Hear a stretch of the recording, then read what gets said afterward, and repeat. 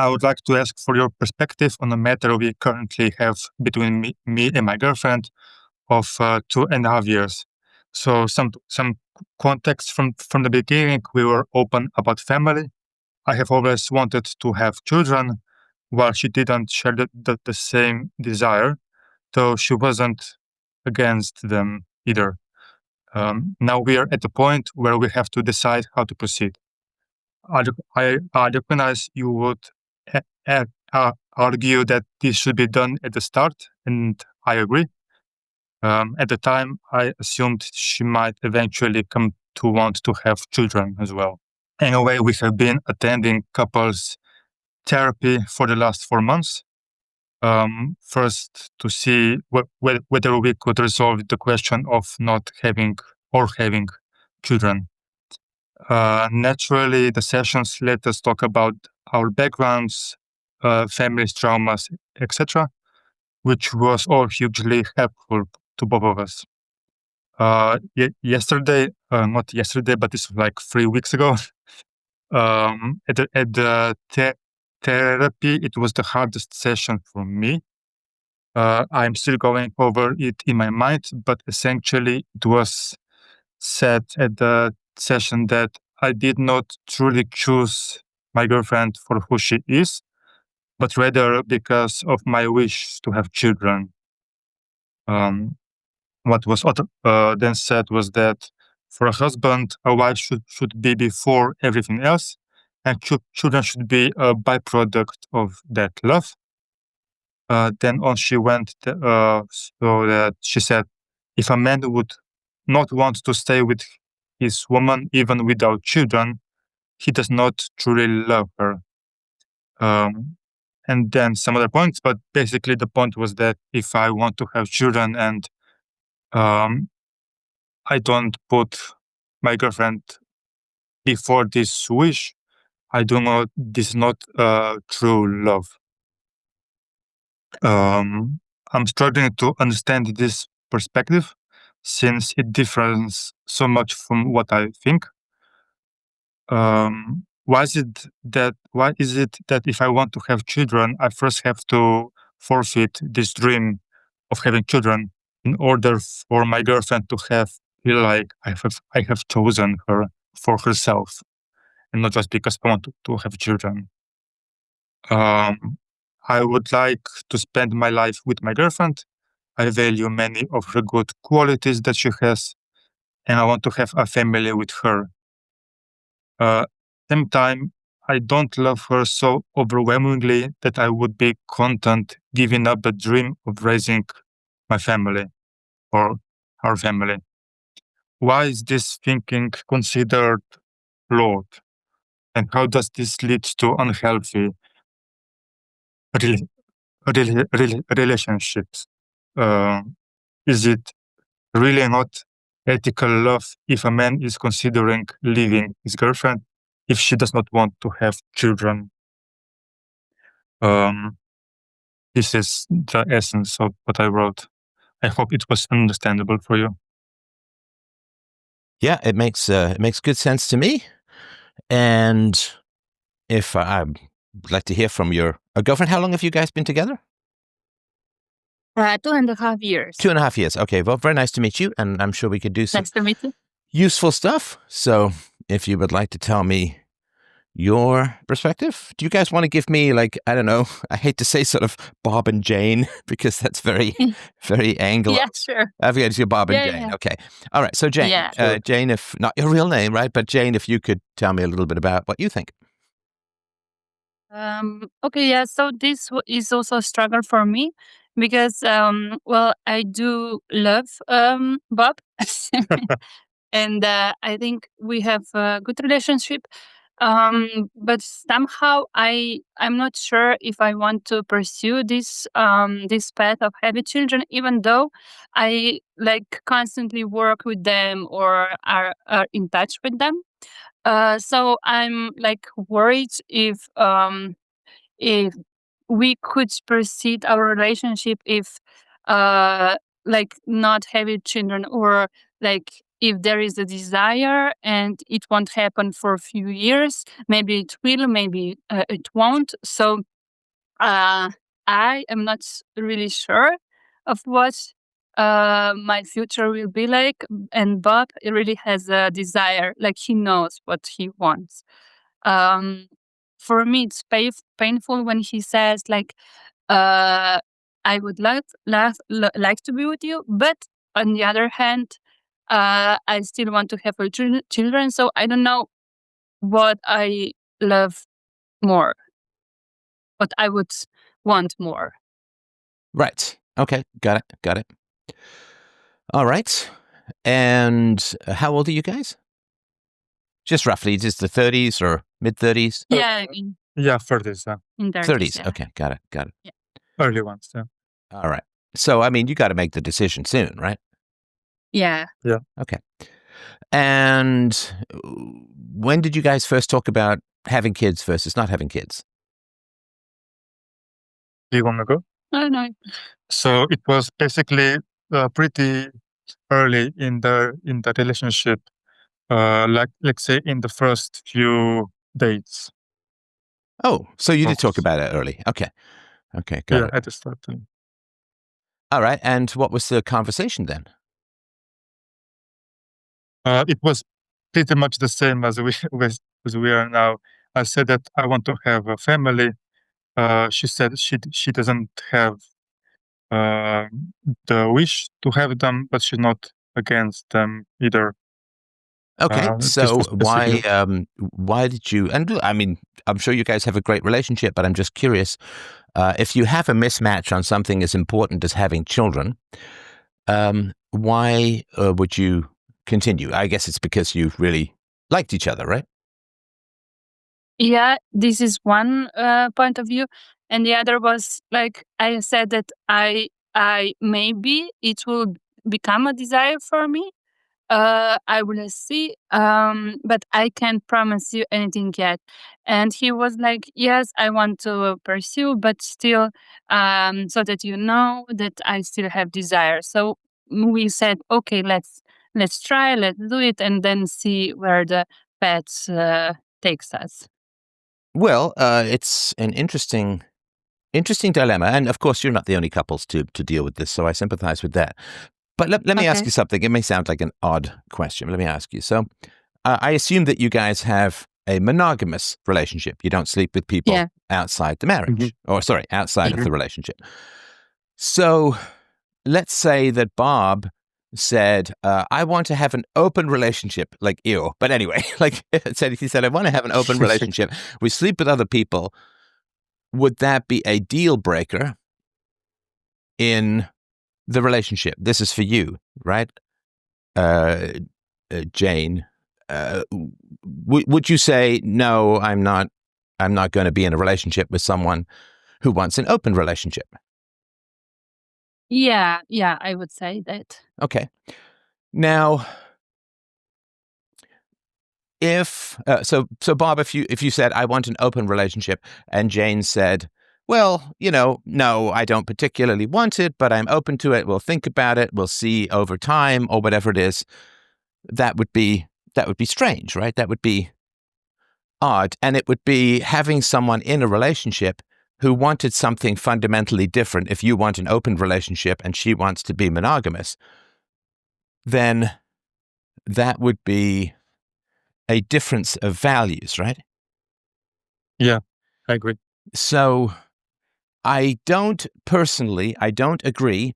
I'm a moral philosopher fundamentally, so I don't agree with a therapist who says to you, Bob, well, if you really loved Jane, then you would do what she wants and give up your desire for children, right? Yeah.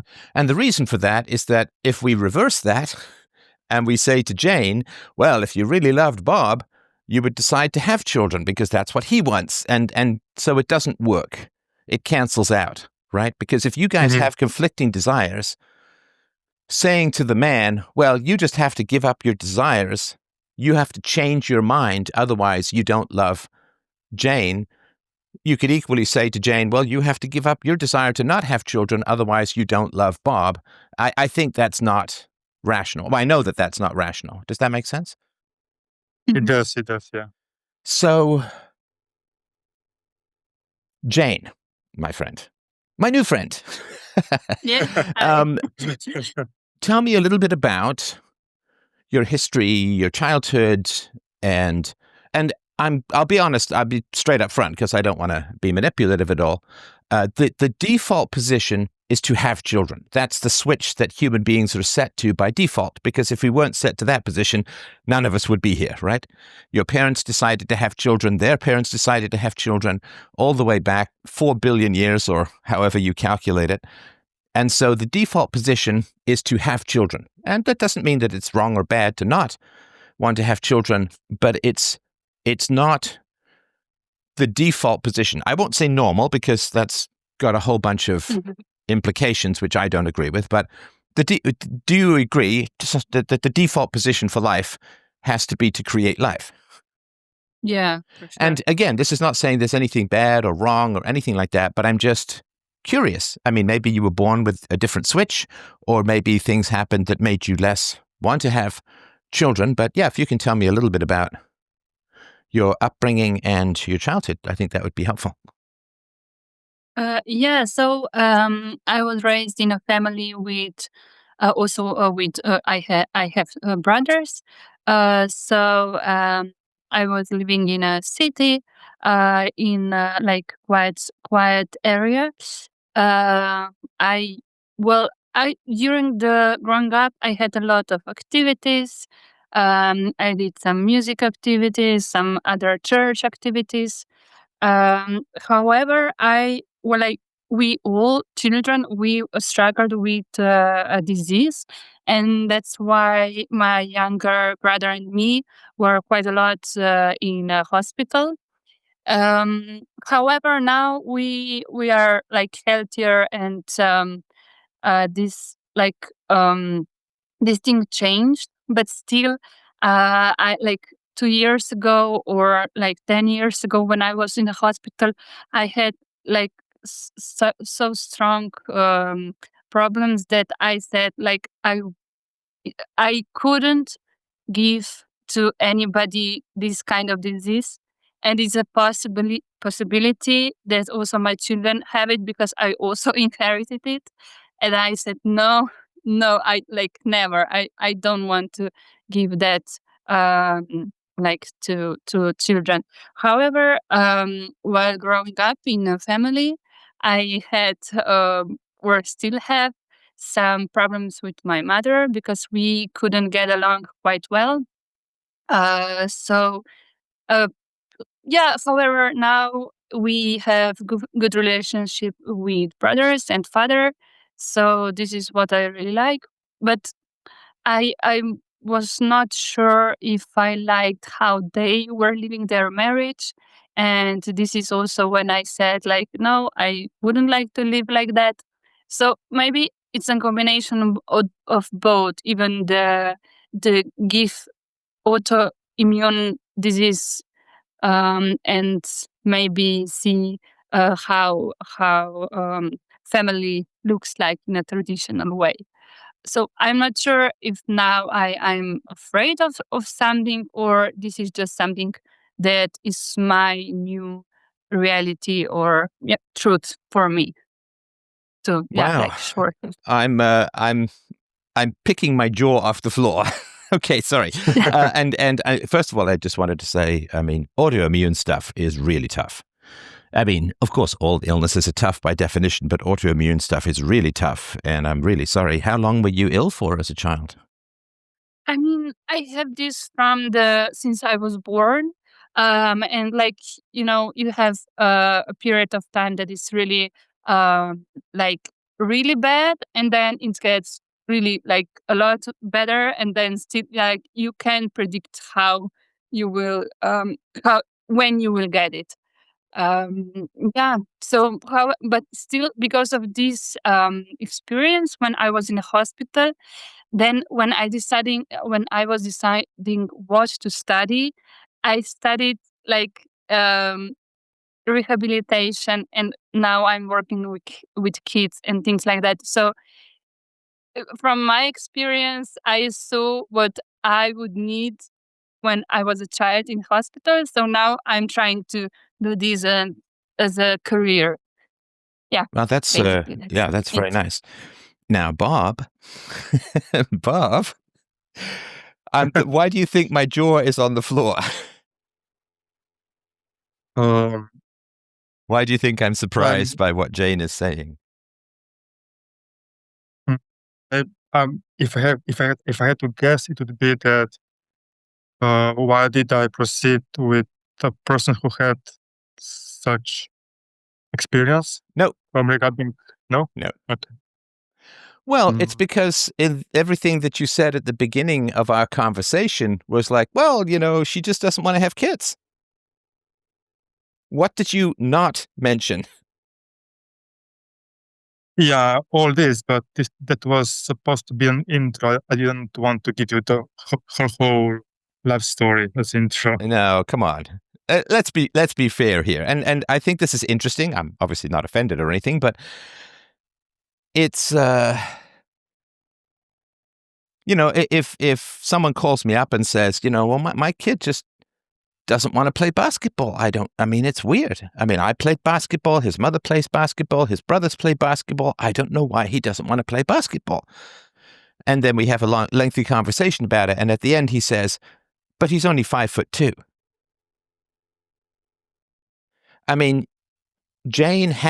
Your girlfriend has significant genetic concerns about passing on an autoimmune ailment that is very serious to her children, right?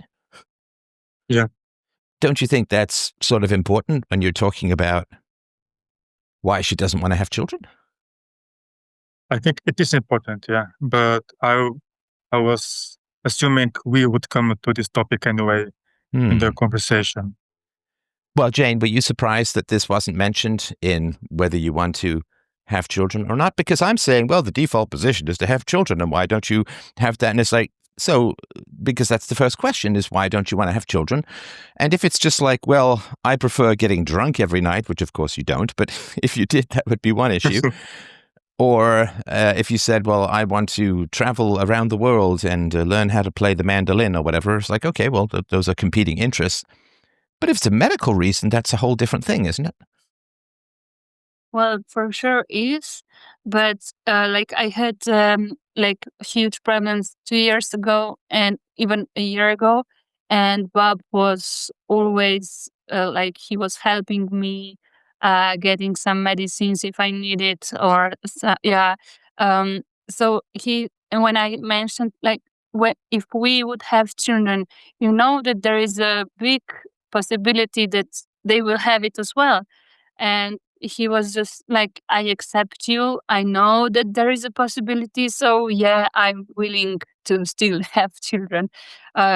So I think it's a big thing for us, but still not big enough not to have children. Well, let me take your side here, Jane, for a moment.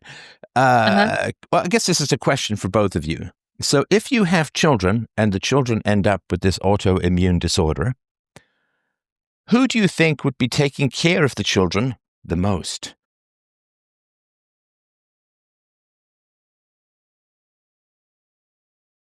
The most. I mean, both would do that. The most. But I guess, sorry to interrupt. No, it's fine. But I guess I would be Of this course. person because I know what helped me and how to ask doctors for advice and things like that. So yeah, probably it would be me. Yeah. And then I'm thinking, if I will have problems of this disease, then how can I take care of somebody who also has disease like this at the same time, Well, generally, if you have children, somebody stays home with the kids and somebody earns the income, right? Not really. I mean, both can earn income. Well, not, the ideal from a medical standpoint or a health standpoint, the ideal is breastfeeding for 18 months.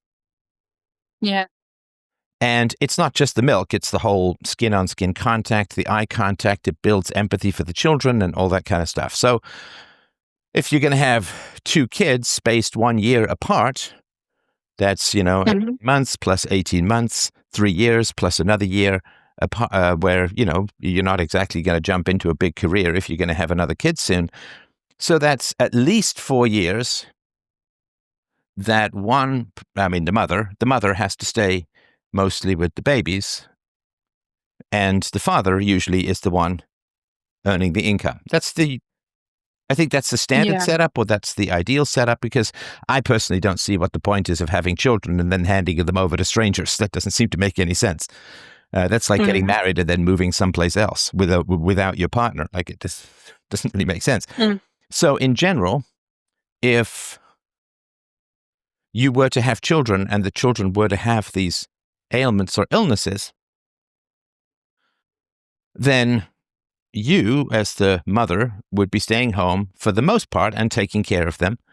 And your husband, Bob, would be working, and you would have the bulk of the childcare. I mean, you'd have the bulk of the childcare anyway, but if your children had this genetic autoimmune disorder, then you would be staying home for the first couple of years, and because your children would be unwell, you would continue to have to, I assume, stay home and take care of them and bring them to the hospital and talk to the doctors and advocate for them and deal with the issues that came from the ailment. So I would guess that at least 75%, probably 80% of the childcare would fall on Jane, certainly when they're babies, but if they were ill, it would be mostly Jane who would be taking care of the children. And Bob, this is not because you don't love the children, but somebody has to make some money, usually, right? Yeah. So if you say, I don't mind, sorry, I don't mean to laugh, but if you say to your wife, Bob, well, I don't mind if the children are ill, it's like, well, she's doing 80% of the work. I mean, if she's doing most of the work, then doesn't she get most of the say? Yeah, of course. I mean, we both have a say in this. No, but she gets more in a way. Yeah. Right? I mean, because she would be doing the bulk of the work, and if the children were ill, that would be her life. I mean, Jane, how long did it take for you to, I won't say get cured, because I don't really know how that functions in that, but how old were you as a child when you began to have a more normal childhood? Oh, wow. It was probably high school. So that's 15 years, right? 14 years. Yeah. Right. So, and how much time and effort did your mother have to put into taking care of you and your brother? Well, a lot. Really a lot. I mean, that's a job, right? It's like a father, full-time job almost. Yeah. And it's also something you can't plan for because, as you say, or I think as you said, the ailment comes and goes. It's worse, then it's better, and it's very hard to predict. Is that right? Yeah, this is true. Yeah, so your mother couldn't even plan and say, well, the kids will be better for the next 6 months, so I can have a hobby. Like, it's random, Yeah, right? no. So her life No. became very stressful and unpredictable for, I mean, both. How far apart are you and your brother in age? With the youngest one, we are 1 year and a half. Okay. Yeah, so at least a decade and a half. And she doesn't know that it's only a decade and a half because it's impossible to know at the beginning if and when it's going to get better. So your mother, for like a decade and a half, had a full-time job keeping her children alive. Yeah. Is that a fair way? I don't want to be unfair, but isn't that the... Now, I don't know about you guys. Obviously, there are some people who are like, well, I don't care. It's fine. I wouldn't want that job. I wouldn't want that job. Now, have you talked to geneticists about how likely it is that this could be passed along? Well, yeah, it's very likely. I may add. So Bob, help me understand your perspective here. I'm having trouble with it. I mean, it's very likely that your children will have a crippling genetic disease that is going to be incredibly stressful, time-consuming, emotionally brutal. Your kid goes into hospital, it's horrible. Sleepless nights, worry, expense, stress. Help me understand your perspective on this. I'm not saying there's anything wrong with it. I'm just having trouble. I mean, I don't know that I've had, it's been a while since I've had a call where I go this far from the beginning to, 20 minutes in. But yeah, help me understand your perspective about this, how this is like no problem. Yeah, so not really, not a problem from my side, but maybe I'm a bit naive in my way of thinking that we will get through, and I think we would succeed. I don't know much about this illness apart from what I see in Jane, but I also see that. Sorry, did you say you don't know much about this illness? I mean, I know what it is about. No, and hang how on. it I'm affects and all not that. criticizing you. I just want to make sure I understood what you said. You said you don't know much about this illness. Yeah, kind of. Yeah. 2.5 years. 2.5 years. That's 30 months. You've had to research this. How can you not know the most important concern of your partner? Yeah. Help me understand that. I know. Yeah, I'm trying. So I know what it is. I know how it works and it affects. That there is no cure. Yeah. Like you don't read articles, like I medical don't articles, but follow. Yeah, the news on this, and it's just something. I mean, it is something that we deal with every day. I'm sorry, you said it is something you deal with every day? yeah. Yeah. Okay.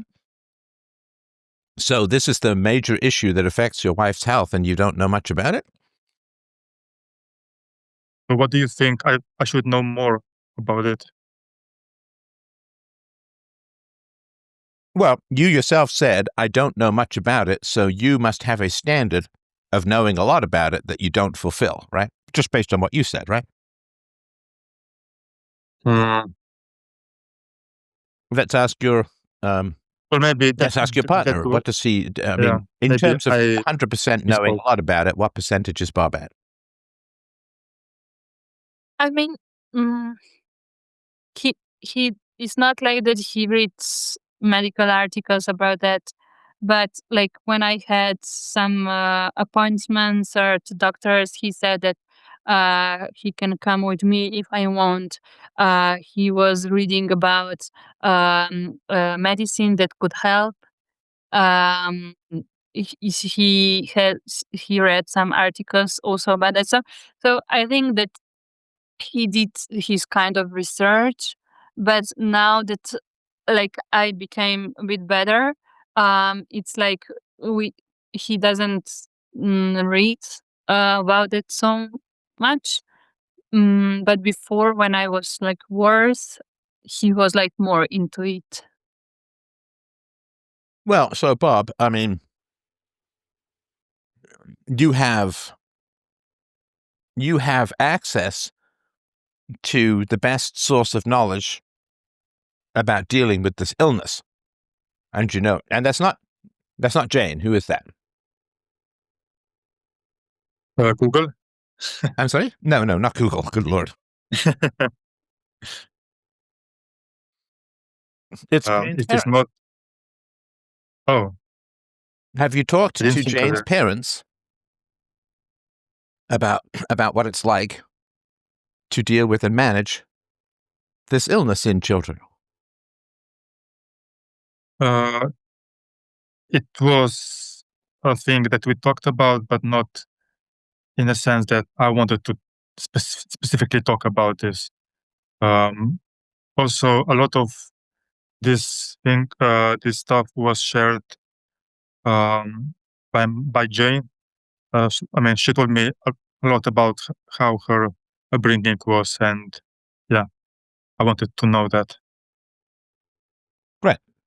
So if you want to have children with somebody where there's a high likelihood of getting this ailment, I think the first place that you would do is you'd sit down with Jane's parents and say, okay, tell me everything about this. What was it like? What happened? What was the ebb and flow? How much did it cost? And how much sleep did you lose? And I mean, when you have, I don't have anything, of course, like you have, but every parent has had a sick child. And when your child is sick, that's your whole life. That's all you do. You sit up with the child. You put cold compresses on the child's forehead. You take the child to the doctor. You pray if you're religious. You're worried. I mean, it's your whole life. There's not much else that's going on in your mind when your child is ill, particularly if your child is ill in a dangerous way in this kind of scenario. So I suppose from Jane's perspective, I don't want to speak for you, Jane, but I suppose from Jane's perspective, it would be like, you don't know what you're talking about. Oh, it'll be, it'll be fine. We'll manage, but you don't even know what management is because you haven't asked Jane's parents, and in particular, Jane's mother. And I'm not nagging at you about this.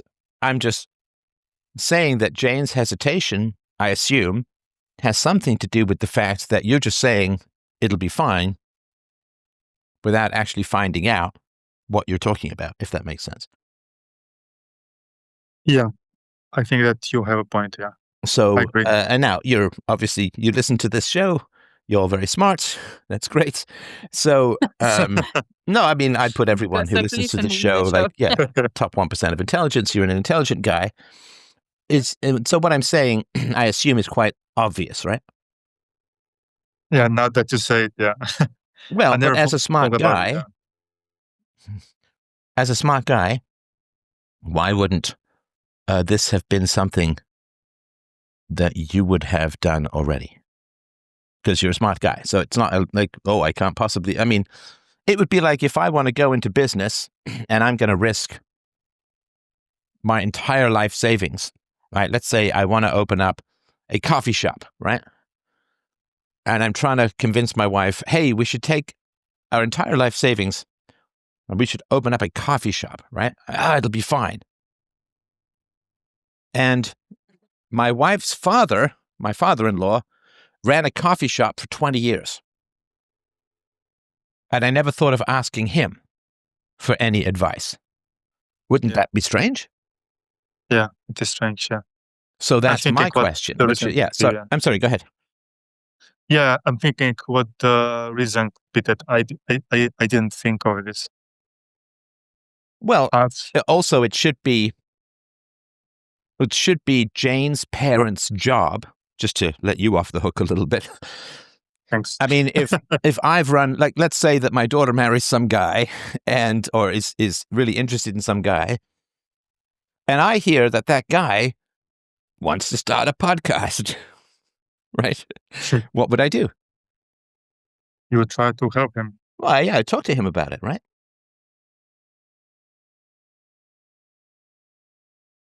So I guess another question is, Jane, I mean, obviously, you know your parents infinitely better than I do.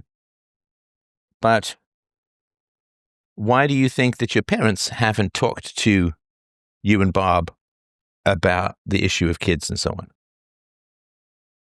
I mean, they are like, we don't want to bother you with anything. So if you have a question, come to us and we will likely respond. So if Bob would come to ask them questions, they would be like willingly to give him answers. But that's not ideal parenting, right? I mean, that would be like, hey, so, hey, honey, my daughter, your your husband wants to start a podcast, if you guys have any questions, you can blah, blah, blah, right? But I would be more Yeah. proactive, right? Wouldn't it be better to be more proactive? Yeah, it would be. Well, And we're they were talking about, also. sorry to interrupt, we're talking about something Yeah. a whole lot more important than a podcast, which is the health and well-being of children and a family, right? So Yeah. why do you think your parents haven't said anything? I mean, they know you're not living in secret, are you? No. Okay, No, good. of course not. Good. You're not living in secret. They know about No. the existence of Bob. They're Yeah, aware, right? Okay. They are. Do you guys live Um, together? Yeah, we moved in like in May this year. Okay. Yeah, so well, I also mentioned like especially 2 years ago or a year ago, as I mentioned before, that maybe I wouldn't have like to have children because of my disease, because it's now really bad. And they were like, "Oh, you will get better, you will see," and then like you will see, you will have a desire to have family. Like just wait for it. Oh. And now when I mention, yeah, well, I don't know, and they're like, "Oh, just you wait for it." So I don't think that they really hear me.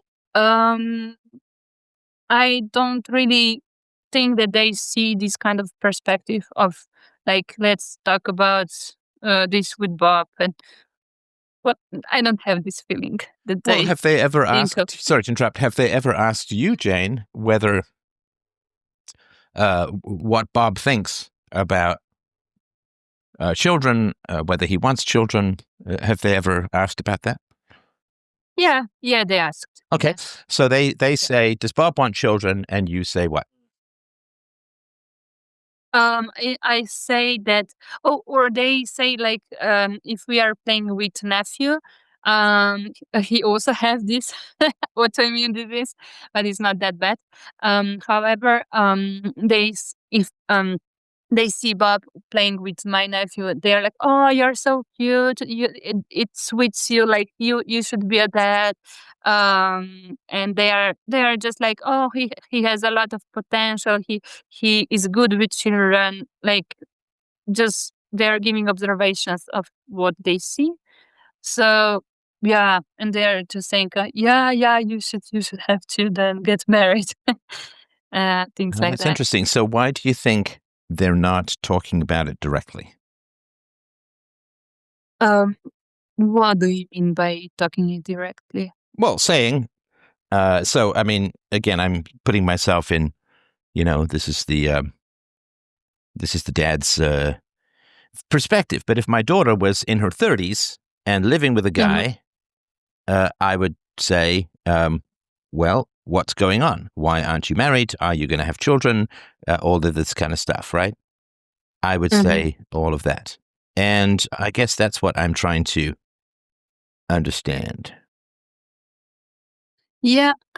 Well, we also talked about this already, and I just said I don't know if I want them or if I would, yeah, maybe be a good mother. No, I didn't say that, but if I would like to have them, and they said, yeah, firstly, oh, you will see, you will have this desire, and the other thing was like that they were quiet. They were like, you know, um, probably usually for decisions that you make in your life, you're very certain, you know the best. Like if you need any question, we are here, but otherwise we won't ask you anymore. um yeah, from my perspective, it's like, why don't you like are more interested of why or how or whatever. They say, just say like, if you will need anything, you know where to find us. Yeah, so they give this kind of support. Right. But they also know that if you're in your early 30s, that you're only a couple of years away from what's called geriatric pregnancy. Yeah. So does your family not talk about much at all? No. Okay. Yeah, no. Okay. I can tell you why I think, I don't know, obviously, but I can tell you why I think that they are not talking about this. Yes. Tell us. What do you think? Good idea. Well, I think that they want. Sorry, Jane. Do they want you to get married to Bob? Do you think? Yeah, generally they want to, like, they have this desire, but also again they said, like, whatever you will decide, it's fine. Well, I think parents in general want to see their children get married, don't they? Yeah, I think my parents do want to see me And get married. do they like Bob? Yeah, they really like Bob. Okay. So, but they've never talked to either of you about getting married. Yeah, they said questions like, also, when is your turn? Like, when you get married? Um, yeah, because we do attend some weddings of our friends, and then when we discuss of how, like, the night was and the party, and they were like, "Now you're next in line. When will this happen?" But they just kind of make jokes. They don't actually sit down Yeah, and try yeah, and Yeah. yeah. make It's this more happen. like jokes. Okay. Yes, yes, yes. Are there any other family members who've talked to you seriously about getting married or issues with children? Yeah, like my brothers. Yes. Okay. And what do they say? Um, they also say, like, you will see, it will come a time, like, I understand you, but like, this is selfish if you decide not Wait, to sorry, have is this? children. Oh, so it's about the kids, not the marriage thing. Okay, that's fine. I was just curious. Yeah, yeah. Okay. Like, yeah, no, but yeah, sorry. Sorry, do your brothers? Uh, Does your brother have children? yeah, yeah, the older one has children. And what happened with their illnesses if they had them? Yeah, the child has it, but it's manageable at the moment, so not not a big deal yet. Um, yeah, but I think that they hear me and they support me in whatever, like, I would decide. Yeah. Okay. So I think that I would guess that your parents, Jane, are thinking something like this, that we don't want to address this directly because if we address this directly, then he might not marry you. In other words, if we're direct and honest about how difficult it was to raise 2 children with an autoimmune disorder, that Bob, See. well, he might freak out, right? He might Mhm. leave, right? Just to correct, she has 2 brothers. 2 one brothers, younger. sorry about that. Mhm. Okay. Yeah. And they all Um, have the autoimmune thing? yeah. Okay. Yeah, so Um, if they're honest and say, well, here's what it cost us, here's how difficult it was, and so on, then they might be concerned that if they address it directly and put all their cards on the table, that Bob might not want to go forward. And Jane, of course, if you're in your early 30s and you've been with Bob for 2.5 years, then this is not for certain, but this is most likely your only chance to, I wouldn't say the only chance to get married, but it's your only chance to get married in the realm of children or with children on the table. Because if you wait until your mid-late 30s and you are, I'm sure you would be, of course, and you're honest about the autoimmune disorder, then a guy who wants to have kids would probably look for somebody without a genetic ailment like this. I'm sorry to be so blunt, but I think that your parents probably think that this is really your only chance to get married in this kind of way. And if it weren't to work out with Bob, then you'd probably spend a year recovering from the breakup because it's usually half the length of the relationship to recover from it. And then your mid-30s, and it becomes progressively more difficult. Because most men, particularly successful men, I mean, why do men become successful? Well, to have children. That's why we are so crazy productive. That's why we have all this testosterone. And that's why we have this weird focus thing that men do. It's, men are successful, particularly as men get older. The success is there for children, because when a man has a family and has a wife and kids, 90% of his money goes to his wife and children. Now, of course, there are some men who are like, well, all they want to do is rent a yacht and party, and but that's kind of weird and damaged, and not the norm. That's men being Not kind of me. selfish and all of that. So men who are successful are driven by that success, and that success also drives them to want to have children. And so I would imagine your parents, Jane, unconsciously are saying, well, if our daughter is going to get a successful man, then it's going to be tricky if she's too old to have children. Now, you're not too old to have children, but there is, of course, the autoimmune issue. So I would imagine that they don't want to discuss this directly for fear that it might drive Bob away, and that would almost certainly hamper your ability to get married to a successful man. I'm just guessing, but that would be my guess. Yeah. Well, I don't know what they are thinking, but I don't think that this is the thing, because sometimes when we were like sitting together after lunch and I was asking questions about this disease and how it was, like they are talking about it like freely. They say that it was very hard, that there were many nights that we didn't sleep and things like that. So they're like they express everything about it.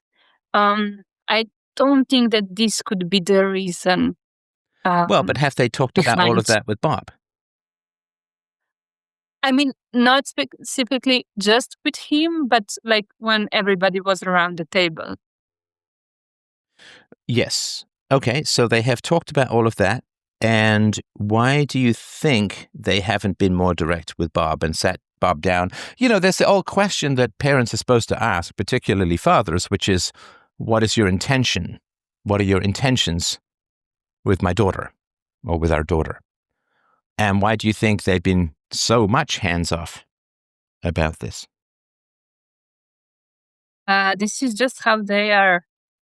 Like, this is how they behave, how they think. I don't know. Are they Christians? Yeah, they are. Yeah. And as Christians, what do they think of you guys living together before marriage? I mean, probably they would like more that we would get married before. But still they accept our reality. Okay. And so, Bob, what about your parents? What do they think of all of this? Yeah, they also want us to get married. Especially my mother asks me directly, or says that we should get married. But we have kind of a distance to relationship, me and my parents, because of the childhood. So I don't really take their opinions to my heart. Let's say like that. Right. Okay.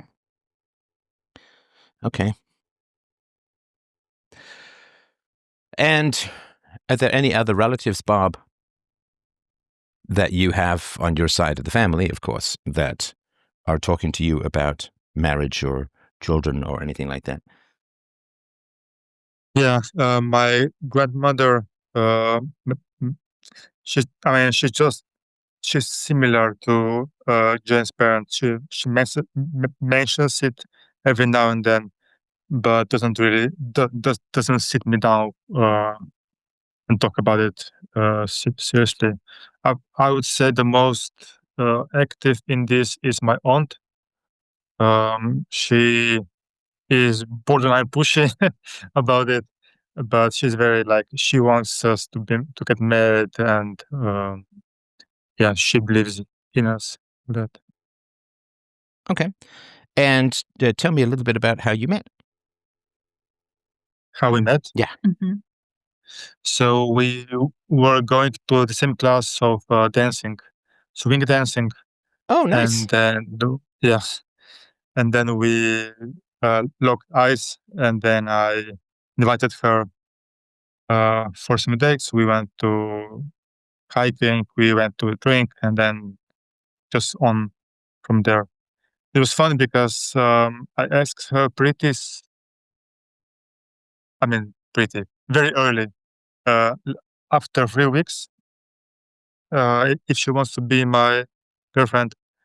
And then I already have some vacations booked, so I was off for 2 months. So we didn't see each other for 2 months. Oh, wow. Okay. And yeah, that was just like a thing that passed. So nothing real. I mean, it didn't break us, let's say. Okay. And what would you say drew you to each other at the beginning? I can say for me that she was, how do I say, I was attracted to her. I liked her lively spirit, how to say, nature. She was a very happy person, easygoing. I liked her humor, uh, and I see that I wanted to pursue her. All right. And Jane, what about for you?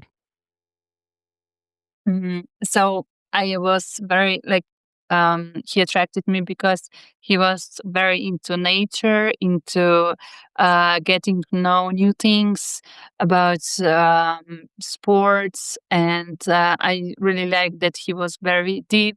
He was talking like about emotions, which was new to me from a guy.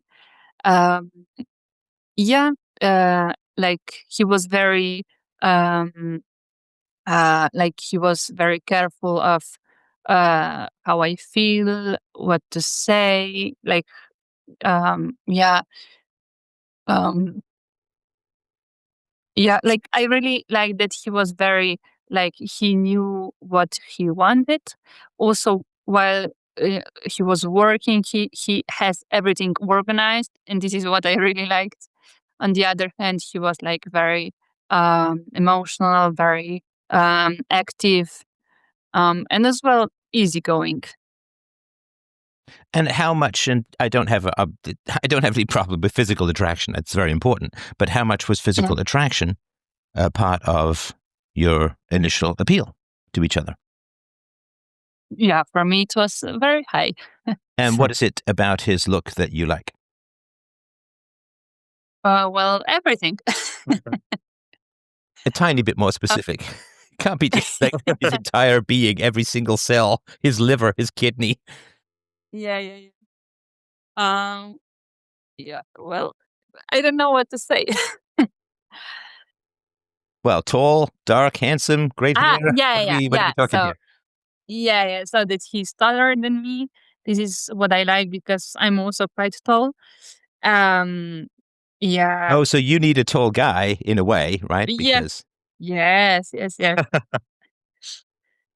Um, yeah, like I don't know that who will himself. Yeah. all right. And what about the other way? For me, Yeah. uh, so for me, of course, it was part of the equation how physically attractive we are, but I also put much more emphasis on her as a person. So like her humor, her good heart. Um, yeah, Okay, so then you said in the first couple of dates you talked about kids, right? yeah. And tell me a little bit about how that conversation went. Do you remember? Uh, yeah. Yeah. Well, yeah, like Bob mentioned that he would like to marry and to start a family. I said that I might or might not, that I can't promise him anything, but I'm open for both options. So yeah, we were very like we said everything as it was. We didn't hide anything about Okay. it. Now, Jane, when it comes to being open to Mm-hmm. having children, Mm-hmm. I was in the business world for a long time, so I'm used to putting Okay. numbers. I'm used to putting numbers to things. Okay. So I'm not sure what it means when you say you would be open to it. Uh-huh. So what percentage open? Like, is it 50-50? You want kids, half, like you flip a coin, Yeah. you're happy either way, or what does that mean? Yeah, I would say that 50-50 would be the percentage. Okay. That's a difficult percentage to work with. I know. Right. Okay. Believe me, I So know. how would, I mean, of course, this is the fundamental question, and I know that there's no easy answer. But when I have a 50-50, I add up the pluses, I add up the minuses, 2 columns, the usual thing where you try to quantify things. Mhm. And so how would you decide? If something's 50-50, it's tough to decide, right? If it's 99-1, it's pretty easy to decide. But Yeah. if something's 50-50, it's very difficult to decide. So how do you decide it? Well, probably I haven't decided yet. Well, you And have this to it was. decide, or nature makes the I know. decision for you. Yeah. I know. Like what I think that we try to prolong the decision when somebody from the sky will say you should do this, but I know that this won't happen. Right. Um, yeah, so probably we are just prolonging the decision. So you haven't told me how you're going to decide. And this is both of you. I mean, but how are you going to decide? Yeah, we were thinking of like setting a date. I mean, until, for example, we have to decide until December. No, but Um, a date doesn't help you decide. That just tells you when to decide. How, yeah, right? yeah. I mean, I'm not saying flip a coin. No, I'm kidding. But Yeah. but how do you decide? Well, this is also why we went to a couples therapy, maybe to Yeah, but you got see kind of what. bullied, I think, a tiny bit, right? Well, if you really loved her, like you don't really love her. It's like, that pair bonding is for the purpose of having children, right? I mean, so the idea that love is somehow completely separate from having children, it's like somebody who's taking a bicycle on the road saying the road is just for me. And it's like, no, the road is built for cars. I guess you can use it. But the purpose of marriage and pair bonding and sexual attraction and love is all for children, right? That's what it's for. Yeah. And so the idea that you would have a love completely independent of children is not, it's not rational. It's not true. I mean, you can love people who don't have children and so on, but male and female sexual, romantic, marriage, pair bonding is for what? Why do we have it? For children. So you can't Yeah, just but pull the two apart and say, well, you have to love her independent of whether she can have children or wants to have children. It's like, because that love only exists so that we stay together for the best environment for children, right? can I ask something? Of course, yeah. Then what about the couples who decided not to have children and they still love each other? I mean, that's fine, but that's not what she was saying. I mean, if I understand the therapist correctly, and I'm not trying to diss her, I'm just telling you the sort of logical analysis. So if you guys both decided not to have children, right, and you both said, the risk is too great, we have a good time, well, you wouldn't be calling me, right? Yeah. So you, Bob, want to have children, and you, Jane, are hesitant for reasons I can completely understand, hesitant to have children. Yeah. So, Yeah. as far as I understand it, the therapist said to you, Bob, well, if you really loved her, you just wouldn't have children. Or something like that. Unless I misunderstood something.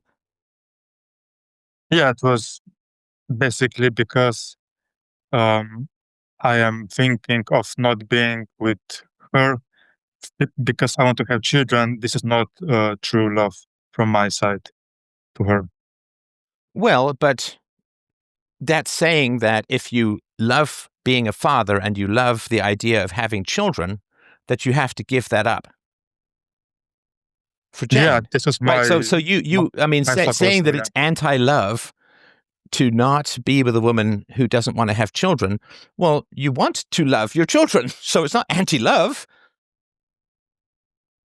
You want to be a father. You want to play with your children. You want to throw them up and down in the air while while their mother gets nervous, right? I mean, you want to go through that whole. You want to love your children. It's not anti-love. So, and I got to tell you guys, man, it's a long life if you don't have kids. Because I mean, you guys are young, right? And if you don't have kids, and I'm not making an argument either way, I'm just telling you things that maybe your parents should have told you because I'm old enough to be your dad. Oh God, I'm getting old. But if you don't have kids, I mean, how many of the people in your social circle are having children? I mean, pretty much all of them. Right. No, not all of them.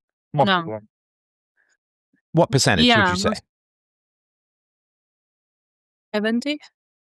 70%? Yeah. Now, the remaining 30%, do they not want children, or are they just not in the right place to have children? Yeah, some of them don't want to have children, and some are just like probably not, but we'll see what happens. Okay. So as you age, most people have children. And as you age, you just have less and less in common with people who have children because their lives revolve around their children, and you just don't have much in common. It's like trying to join a chess club when you don't really play chess.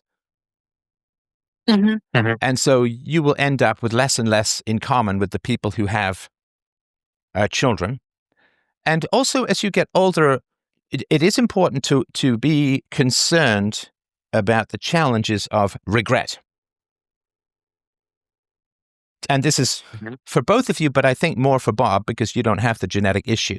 And again, I don't know whether you guys should stay together or have children or whatever, right? But I will say this, that let's say 10 years down the road, Bob, you wake up one day, and this happens. I've talked to people where this has happened to, and you wake up one day and it's like, oh my God, did I miss out? I really, really want to have children.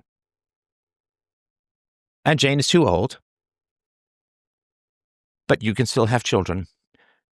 And that's a tough thing. They call it baby rabies. I don't know if you've heard the phrase, baby rabies. And it often hits women in their 30s, where they just are desperate to have a baby, and they describe it as always being hungry or always having to pee. It's just this urge or this ache. And it happens to men as well. And it can be an odd thing. Like you can just be walking in the park and you can look over and you can see a guy, maybe he looks a little bit like you, and he's got 2 or 3 kids, and he's pushing them on the swing, and they're climbing up, and you're like, that could be me. That could have been me. And that possibility of regret, I don't know whether you'll have it or not, but it's important to look at the possibility that you might have it, if that makes sense. You might have that kind of regret. And if you have that kind of regret, then it might end the relationship anyway. Because you might be like, oh, and it's almost impossible to avoid this, well, if it wasn't for you and I would have had kids, and like, I'm not saying it's fair or right, but it is something that happens to people, right? And so that I can't answer for you, and it's almost impossible to answer in a way, but I would certainly say it is something that you really need to consider, which is that possibility of regret. Because however, fun and charming and nice your life is now, because you're young, we all get old.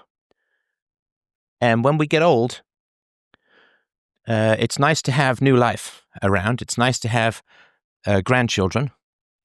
It's nice to have a house full of people. And the only way to really have a house full of people when you're old is to have a family. I'm not saying you won't have people, anyone in your house, but the only way to really have a house full of people and have that kind of life when you get old is, in general, to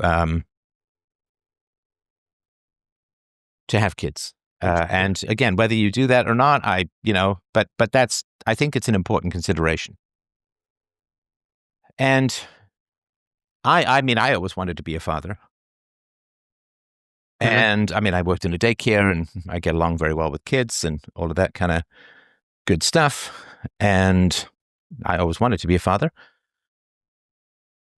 And so I'm very glad that I had the opportunity to do that, of course. And if I hadn't had the opportunity to do that, I would have missed out on some sort of very great and deep and real pleasures. So I'm concerned that you guys are drifting and that you're enjoying every day, which is fine. We've got to enjoy the day. I get that. But I'm concerned that you just aren't making those tough decisions and you're just kind of letting life make those decisions for you, which it will. And it won't be that long. Another couple of years and, mid-30s, do you want to start, especially with the hesitations? And just personally, again, I'm pushing 60, so forgive me for being old guy on a mountaintop, but I don't really regret the decisions I made. I regret the decisions I didn't make, if that makes sense. Yeah, I think that, we both agree that we are kind of delaying the tough decisions. Okay, so why do you think you're doing that? Because it's tough, to be honest. Well, sure, but I mean, I understand that, but it's also, it's also tough if you don't. Yeah, it's both ways, yeah. For me, I would say that I don't want to, in a way, give up. I'm also not really giving up. It's just making a decision, but I would very much want to have children with Jane. Right? Or concerned that I might be too soon, too early to leave. So you want to have children with Jane and you're concerned that it might be too early to leave? That if I if I leave her too early, that I might make a mistake because bro, down the road she would 2.5 years. Might want to have children. Hang on. Yeah. So 2.5 years. That's not a rush.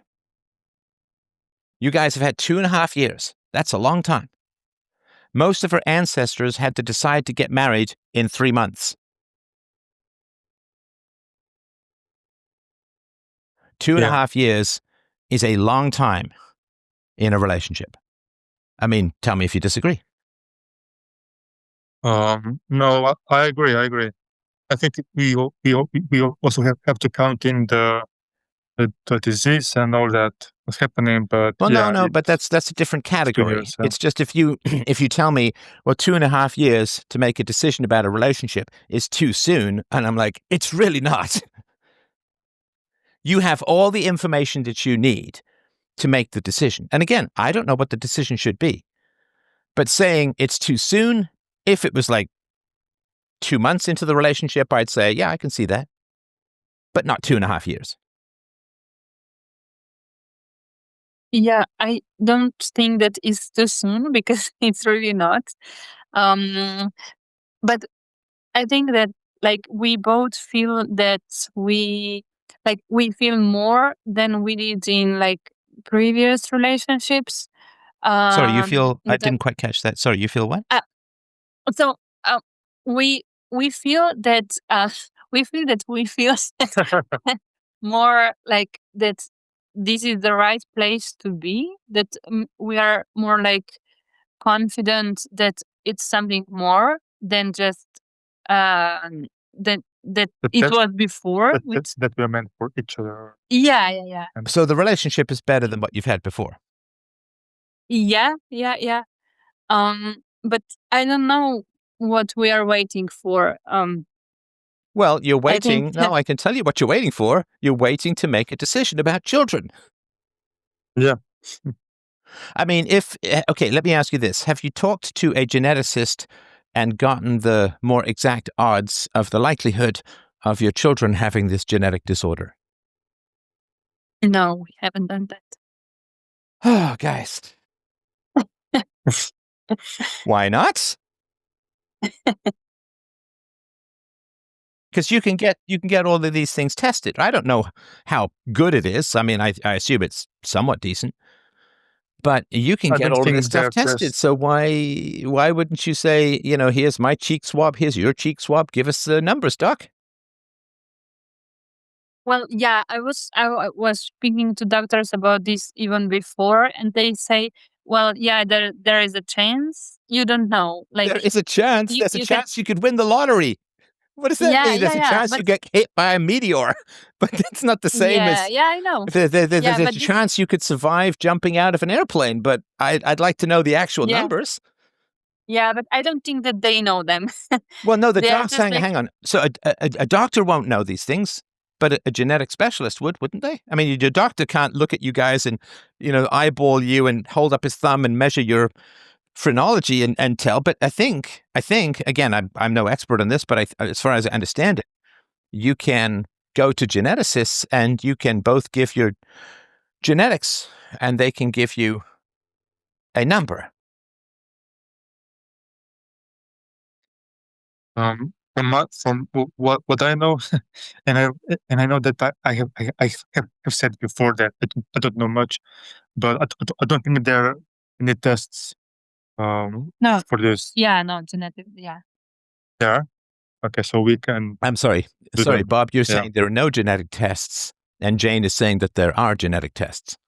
No, I said I don't think that there are. But now that she said that there are, we will do that. Yeah. Guys, okay, I need you to pull your heads out of your armpits because we're talking about love and life and marriage and children.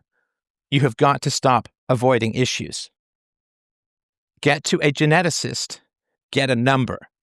If the number is 5%, does that affect your decision? Yeah, it does. Yeah, If the number is 95%, does that affect your decision? of course. Right. Would you bet on anything without knowing the odds? No. So that's what I need to understand is where the passivity is coming in. Where this well, we're just going to hang around and we're going to date and we're going to live together and we're going to chug along with their lives. But the most important information that you need is a two-digit number. Percent likelihood of this mutation being passed to the children. Do I have that right? Yeah, so I never thought that there is a test and that you can measure what's the chance of your children having this disease. Sorry, I didn't quite catch that thought. Okay, so I said that I didn't thought of this. If there is a test that you can take Nope. and see the No, chances. I don't believe you for a second. I love you to death, man, but you're not telling me the truth. 2.5 years, this has been the most important question in your relationship. Is that fair to say? Yeah, from your point of view, yeah, but from mine, not that much. Well, certainly, Bob, for you, right? Yeah. Yeah. So for you, the most important question is having children. And it's important because of how much you love Jane. If you didn't love Jane, it wouldn't be an important question because you wouldn't be together. If you didn't love her very much, you just break up, right? But you love her a lot. And so you need that number. Now, saying, well, I don't know, it didn't, I mean, come on, you're an intelligent guy. You know that there's genetic testing, right? Yeah. And so then the question is, and I'm not Why? trying to be a big nag here, I'm just genuinely curious. So that's your big question. And why not try to answer it?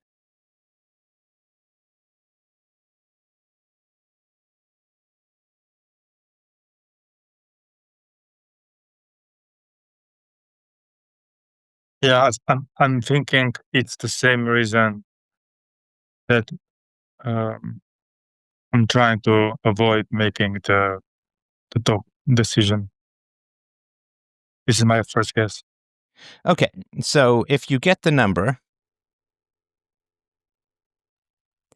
and you're scared if you're getting the number, you're scared of it being like 90% likely that the genetic ailment will pass along, right?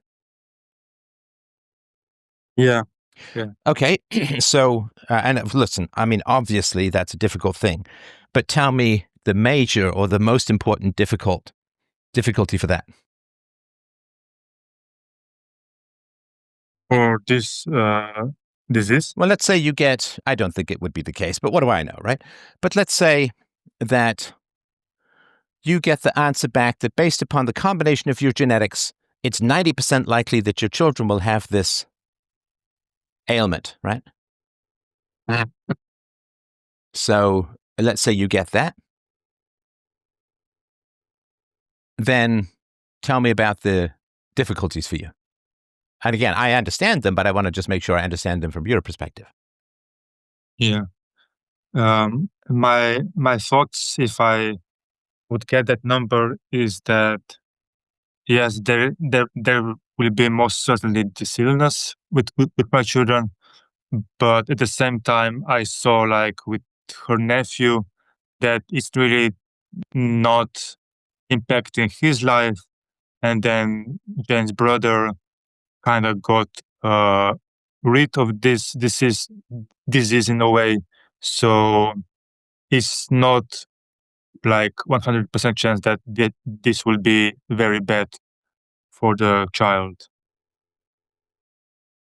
Well, I don't This was know. my Again, I'm not a geneticist, but I have some doubt that they would be able to tell you how bad it could be. I think they would only be able to tell you the probability. Again, Jane, you know a lot more about this than I do, I assume, but is that a fair statement? Mm-hmm. Okay. Yeah. that's true. So, why avoid this information?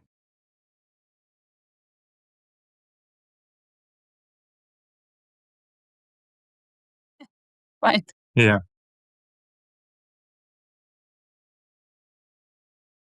Like for me, I honestly think I didn't think of it. No. To do this test. No, I can't give you that because I can't treat you as an idiot. I just can't. I won't do it. I won't do it. I know you don't. I won't do believe it. me. And you're not. You're not. Yeah. Because it's blindingly obvious, right? It is now. Yeah. All right.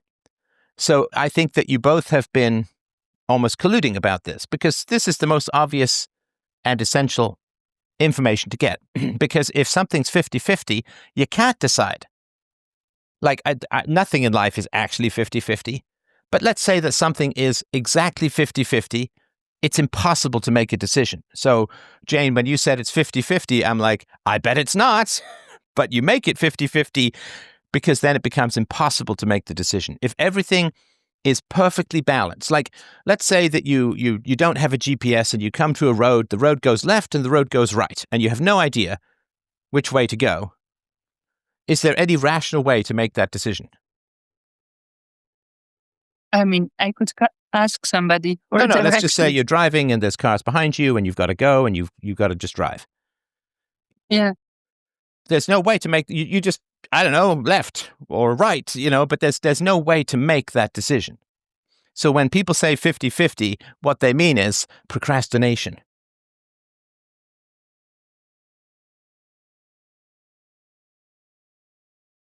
I mean, yeah, in some point, of course, but in the like, yeah, but I think like we are both doing some steps in order to find out for ourselves what to do. It is not just like that we are lying and doing nothing about it.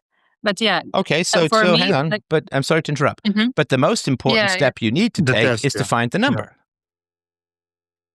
Well, for me, I mean, for Bob, maybe yes, but I didn't think about this because I was just like, it's too hard at the moment for me to live with because I had like really like it was tough with the disease. So I just like I don't care. Like I just want to survive. So I didn't really think about our other options at all.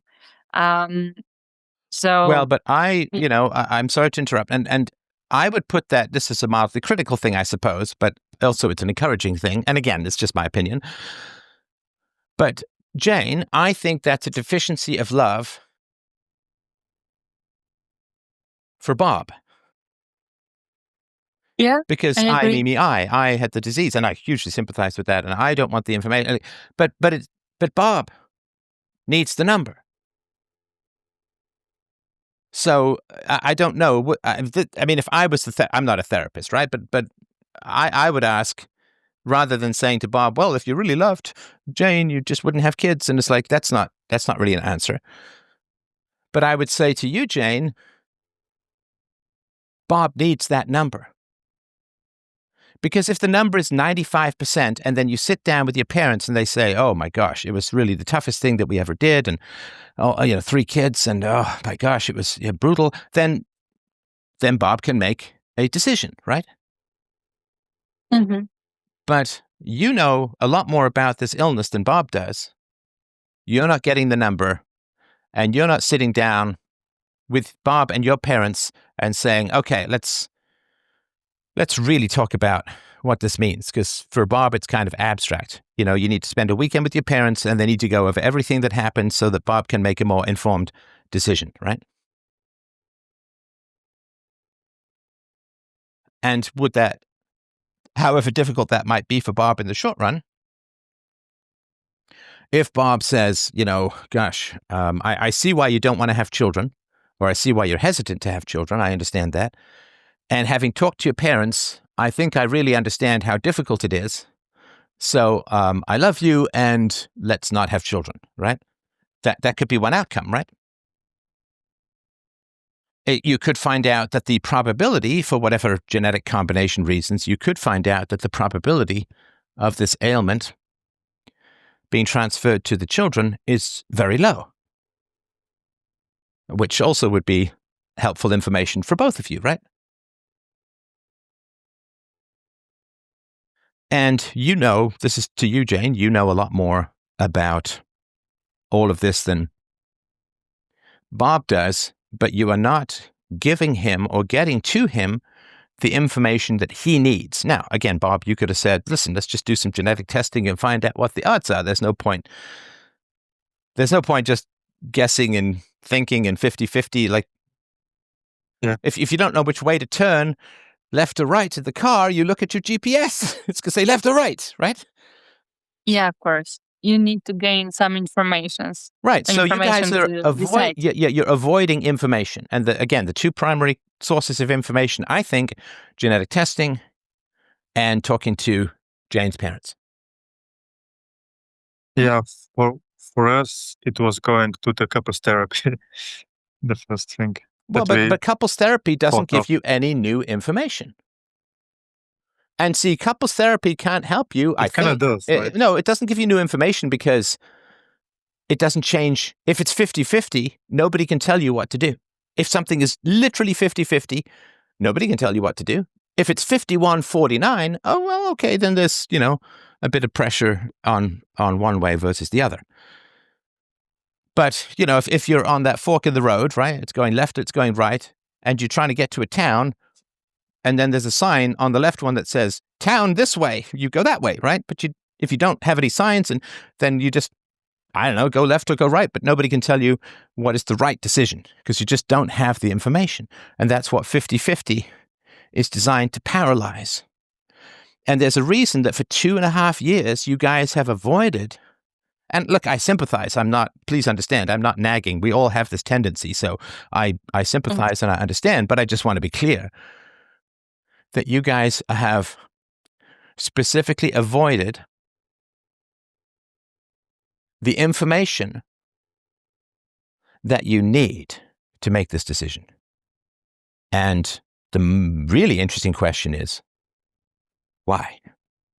Generally, we don't avoid information we think is going to have a good outcome. I mean, if somebody mails us a letter that says, you've won the lottery, and, we believe it's a real thing, do we hesitate to open it? It's good news. Maybe you won some money, right? You open it, right? Yeah. If you need a new credit card and they mail you a new credit card, you don't ooh, I don't want to open that. Maybe you get some unexpected bill and you're like, ooh, I don't want to open that. I don't want to see the number, right? So generally we avoid information that would be negative. And so that's what I need to ask, which is, what is the negative that you're avoiding? And again, I'm not saying there isn't one. I'm just want to know what it is for you. I would say, it makes sense what you're just saying, but what you just said that we don't want to find out if we don't want to continue, because that would mean breaking up, and it would be painful for both of us. It would be painful for both of you, for sure. Now, let me ask you this, my friend Bob. Let me ask you this. Yes. There's a reason the therapist said, sacrifice your interests for Jane. And that's the true test of love. You've got to give up wanting to have children because that means you love her, right? So that's called white knighting. Mm-hmm. So white knighting is when the man is just like, well, I'll do anything to make the woman happy, and I have no needs of my own. And if there's any conflict between my needs and the woman's needs, I will nobly sacrifice my needs just to make her happy. And, that's a sort of kind of caricature and an exaggeration, but that's kind of a thing, right? Now, when you were growing up, I know you said you weren't close to your parents, but when you were growing up, did you see that? Was your father that way? Did your father defer to your mother and sacrifice his own needs or his own preferences? Did she run the show? Yes, right. I think so. Okay, give me an example of that, just so I know. Give me something that's vivid for you in that, so I get a sense of what you were exposed to. My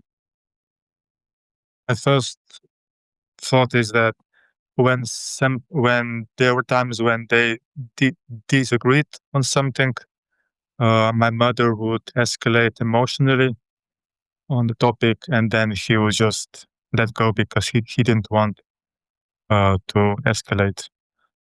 So she bullied him. Yeah. Emotionally, yeah.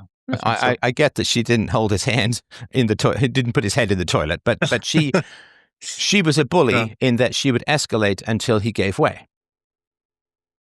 This is how I saw it. Yeah, I see it. Well, I mean, there's nobody else here, so we have to go with what you saw. I'm not, I don't know whether the objective facts exist in the universe, but we have our perceptions. Okay, and do you remember a time when your father got his way over the objections of your mother?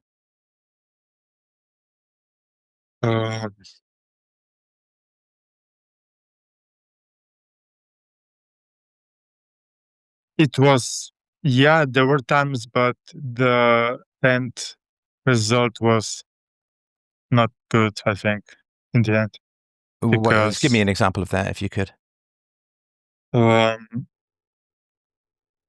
so let's say the only way I saw my father, let's say, winning argument in a way that we would go with his opinion is in the aftermath.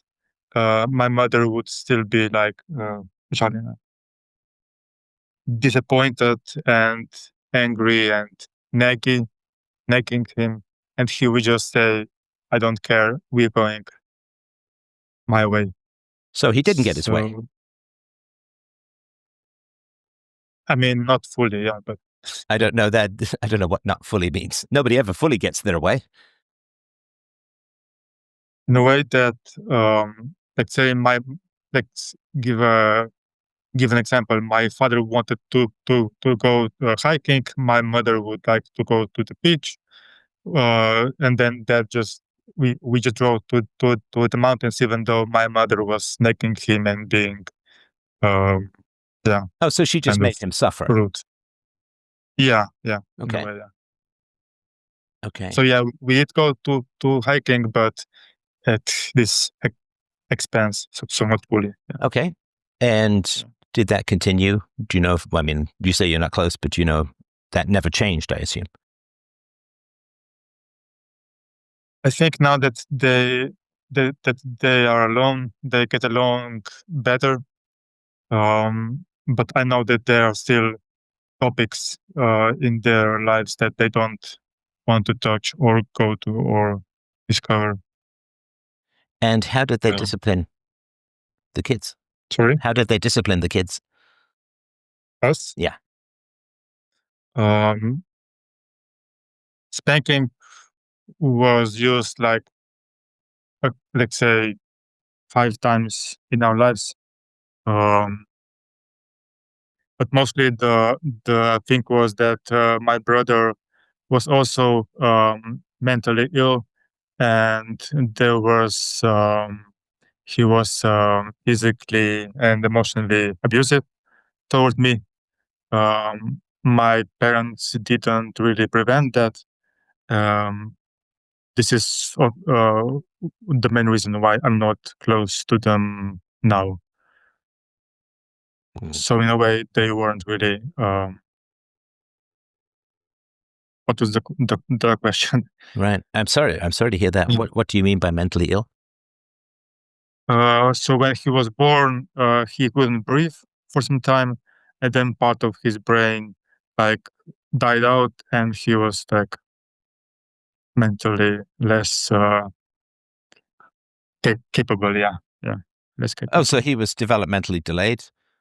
So it wasn't like he had a depression or, you know, what some people would call, like he had a physical brain injury from lack of oxygen. Is that right? Yeah, oxygen. Yeah. I'm Then sorry to hear he that. did what?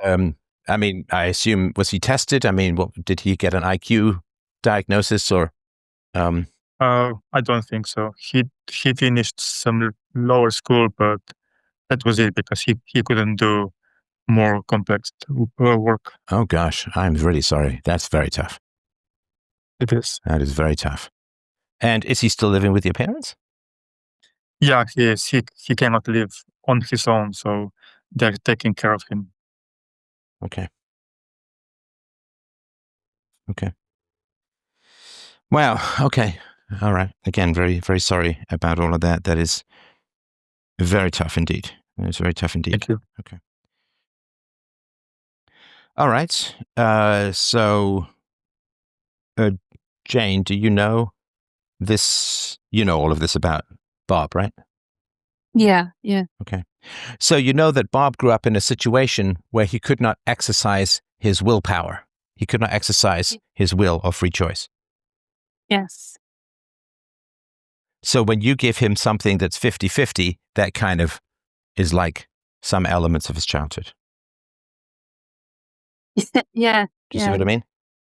Yeah. He can't choose. Now, so listen, this is, I mean, an important relationship principle is to find out what happened to your partner when your partner was little.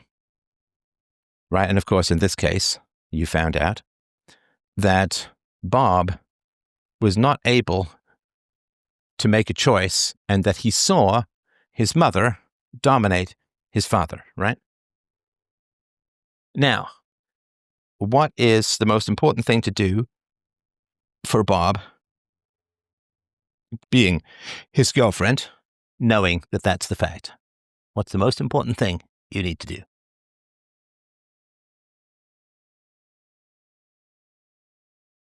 Well, now, Yeah, now. I mean, now when you met yeah, him, when you, right? yeah. Well, regardless the topic, um, he needs to have a space where he can talk about what he thinks. When he can search for the information, share the information, and be accepted in opinion. So you very much need to make sure that Bob has maximum capacity to exercise his choices. Yeah. And I'm sorry to like corner you. Have you been doing that? But I mean, tell me how that's been part of your relationship, because we all have to adapt to the difficulties that our partners had, and they should adapt to our difficulties in childhood. So you know that Bob was bullied and Bob was not allowed to make choices and make decisions, right? You know that. And so how has that been your approach to try and make sure, as much as possible, that he gets more of an ability to make choices and decisions? I mean, we talk about it, like whenever we have to make some decision, like, for example, where would we like to go for a trip? Like nothing, it's not big of a deal. So yeah, I asked him, did you do a research? What do you want to do? I did a research, so then we are talking of what to do. I asked him, why would you like to go there? What would you like to see? Why? Like, I give him questions. I try to listen to him, to give him space to express, mm, but also respect his silence when he would love to be like in his own space for a while. So probably doing the both things. Okay. Got it. Okay. So with regards to his desire to have children, and knowing that he has a very tough, he was modeled on you do what the woman wants, Mhm. right? So if there's any conflict between Bob and you, his programming from childhood is to do what you want, Mhm. like his father did, right? Yeah. So knowing that with regards to children, how have you tried to help Bob make that decision? Well, I was talking about what I know about this disease and how it's how I was like how I was dealing with it. Um, I like we talk about it. We talk about different situations that I deal with in workplace. Mhm. Like I ask him about opinion. What would you do if? Um, like it's it's also important for me to talk about these topics. So it's not like that I try to avoid the topic, but I I also share the opinion. Yeah, but it's not now about Bob. So um yeah, well, yeah, like that. I invite him when I go to babysit some friends' babies, or like I always say, "Do you want to go? Let's play with them. Let's go together." Um, what else? I think that when we talk about it, she's always very honest about it, and she doesn't like shy away from this topic. Well, Which means okay. So let me ask you this. If the end result of you thinking about this for a quarter century is 50-50, how do you think that affects Bob? Well, in both effects. I know. I'm asking about Bob. Yeah, I Of know. course, it affects both. Yes. Yeah, I mean, he would continue to do things that he likes them now. He will he would prolong this decision even more. But I don't think that he would be okay with it. He would I think he would like to decide. And I think that he would like to decide Okay. Do you to think that what you're saying makes much sense at the moment? Sorry to be direct. yeah. So you're just Yeah. No, saying stuff, right? yeah. Yeah. Well, yeah, I'm trying to think what to say. Yeah, that's fine. That's fine. Okay. So if the end result of you thinking about something for a quarter century is 50-50, and you know that Bob was raised to be completely indecisive and to follow the lead of a woman, then you're in a state of no decision. Yeah, because I also don't decide, right? Well, I suppose we could put it that way, but you are deciding because you know that if you get genetic data, that you will have the information that you need. So you're deciding to avoid that. And you're keeping things at 50-50. And now, if Bob had been raised with more decisive parents or a more decisive father, if that makes sense, then Bob would have said, no, we can't do 50-50. Like, we need to get the data. I need to make a decision. I need to prioritize things. Love you to death, but I need to make decisions, whether we decide to stay together or not. I need the data. Right? But he's not used to that because his father was pushed around and bullied by his mother. Now, of course, I'm not saying, I just want to be clear, I'm not saying that you're like his mother and it's the same or anything like that, but I'm just saying that that's his pattern or his history, if that makes sense. I really loved that you mentioned this, because I would really love to see that he is like, you know what, I really need this decision. Let's make it. Like, let's be clear. I know what I want, and I want to do it. Like, I want to check things out. So yeah, I would love him to be like that. Like, yeah, I need information. Like, let's try to get Okay, get so information to Jane, do a I decision. love you to death, but I don't believe you for a second. Not even not even for a tiny split second. No, because it's like I have years and years to buy a car. And I finally end up doing a lot of research, and it takes me years, and I finally end up buying a convertible, right? Like a car with an open top. And I drive that car around for 2.5 years, and then I say to someone, oh, I would love it if this car was a minivan. Would you believe me? Yeah, I would say, okay, so what's your next step? No, you wouldn't believe me. Because you'd say to me, if you wanted a minivan, why did you spend years researching and test driving and then driving around a sports car? Yeah, because then you are you are thinking before that this is what you like, so you went with what you thought.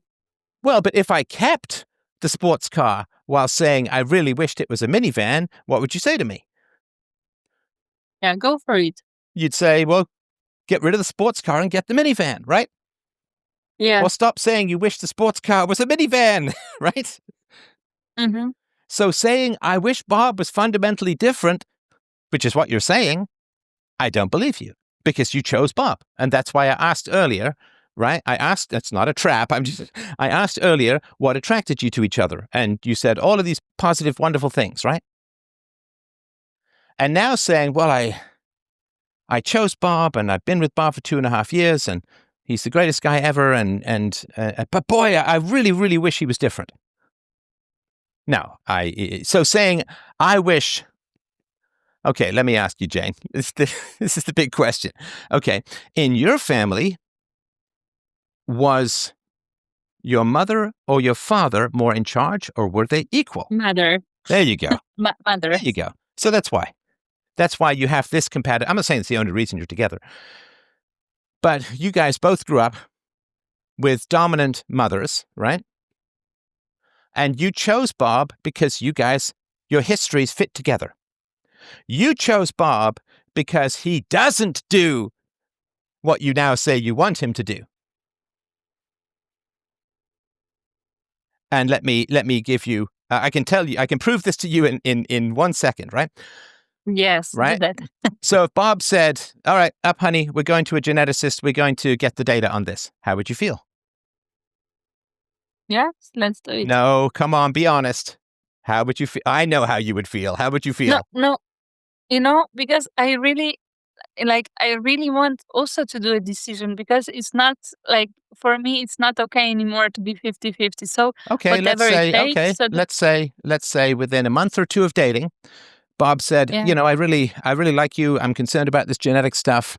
So let's go get tested and let's figure out what the odds are of us passing this stuff on to the kids.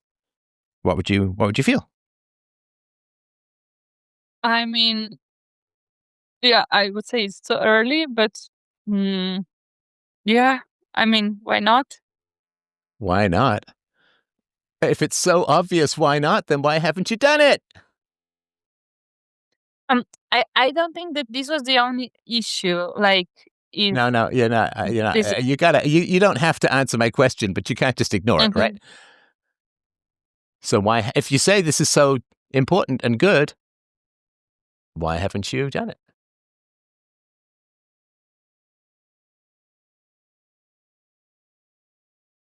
I think you pushed a bit of her. I'm sorry? Yeah, I will keep thinking about your questions. Well, and so the question is, if you wanted Bob to be assertive or, I don't know, maybe even a little dominant or something like that, then why would you choose a guy who was pushed around his entire childhood and doesn't really have those skills? Or if you did want that from Bob, then you would date Bob and you'd say, Bob, you're a great guy. Tell me a little bit about your childhood. And he'd say, oh, my dad was pushed around by my mom and she was bullied and I was bullied. And it's like, oh, okay. I like a man who's kind of assertive. And clearly you didn't learn that assertiveness. In fact, any kind of assertiveness, Bob, when you were a kid was punished. So I like a guy who's a bit more assertive. I love everything else about you, but we're going to have to work on this assertiveness stuff. And then you'd try and figure out how to do that, right?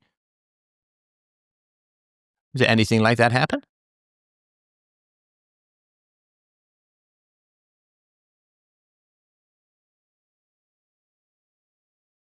I think she give me space. No.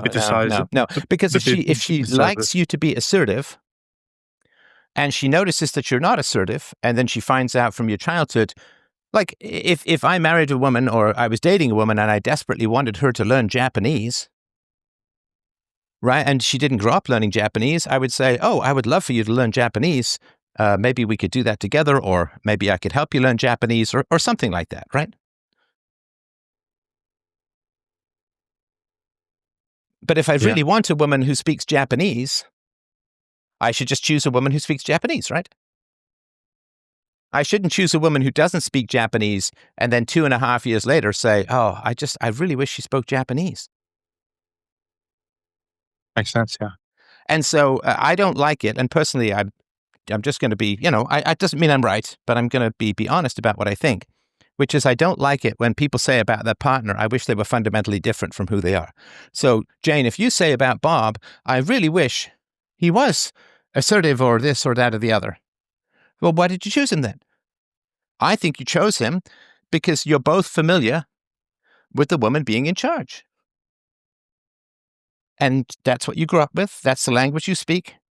And I bet you that's how you resolve differences of opinion, or you avoid them. Now, obviously, Jane, I'm not saying you're just like his mom. I'm not saying that at all. And I'm not saying you're just like your mom. But we all have conflicts in relationships. And the question is, how do we resolve them? And the best way to resolve them is for both people to state their needs and to try and figure out something that works for both people, right? I mean, if you're selling a house, then you say, well, this is what I want for it. And the other person says, well, this is what I'll pay for it. And you try to meet somewhere in the middle, right? Something you can both live with. Yeah. So I would guess, though, because of Bob's history, and your history too, Jane, for which I have sympathy for both of you, of course, right? But I think that what happens is you don't have open conflicts, but you avoid information to the benefit of Jane. And this is not conscious. This is not anyone being mean. These are just the habits. You don't want to have open conflicts like your parents had. But I still don't know that you have figured out how to resolve differences of opinion. And I think that's the fundamentals of avoiding this stuff. I mean, I can't conceive in my life of ever saying, I wish my wife was fundamentally different from who she is. Can I ask something? Of course. So, if I understand correctly, you're saying that we don't negotiate our needs, and because of that, we are kind of drifting. You avoid, you are not solutions. negotiating the foundations. And it doesn't fundamentally have anything to do with whether you have children or not. That's a separate issue. Mhm. What it fundamentally has to do with is recognizing why you chose the other person. So, Jane, if you wanted an assertive man, why wouldn't you choose an assertive man?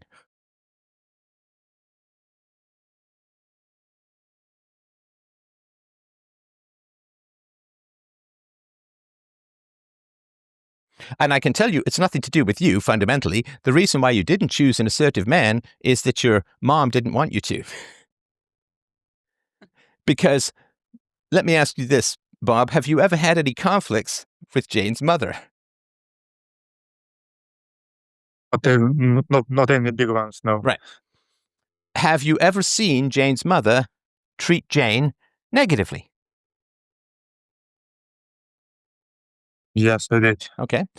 Now, you love Jane. And if Jane's mother, if you were, and listen, there's nothing wrong with who you are, right? I mean, there's pluses and minuses to all of this stuff. But if you were some major assertive guy and you saw Jane's mother treating her negatively, what would you do? I would stop her, yeah. You'd say, whoa, whoa, whoa, what are you doing? Right? So, Jane, for example, when you said, I wish that Bob was assertive, right? That's disrespectful to Bob. And so what did I say? I said, I don't think that's right. And I don't believe you, because if you wanted an assertive guy, you would have chosen an assertive guy. Now, and I know you didn't like that, which is fine, but what was your experience of me saying, I don't believe you, and saying why?